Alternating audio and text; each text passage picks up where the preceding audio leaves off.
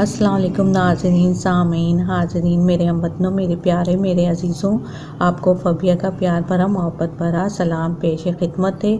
मैं आज आपको दो क्रीम्स के बारे में बताऊंगी। एक क्लियर क्रीम है और एक ग्लोबी वेट क्रीम है। क्लियर क्रीम चेहरे के कील मुहासों को साफ़ करती है।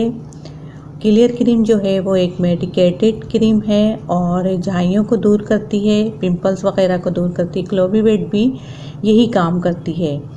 क्लियर क्रीम में 15 ग्राम्स की क्रीम होती है। इसका कोई भी साइड इफ़ेक्ट आपको नहीं मिलेगा। और ग्लोबी वेट क्रीम जो है वो एलर्जी खारिश के ख़ात्मे के लिए होती है। इंजेक्शन और गोलियां भी इसकी मिलती हैं, जेल वगैरह में भी मिलती है। स्किन पर यूज़ होती है, चेहरे पर लगाने के लिए यूज़ करते हैं, लेकिन इसको यूज़ करने के लिए आप क्लियर क्रीम के साथ इसको यूज़ करें।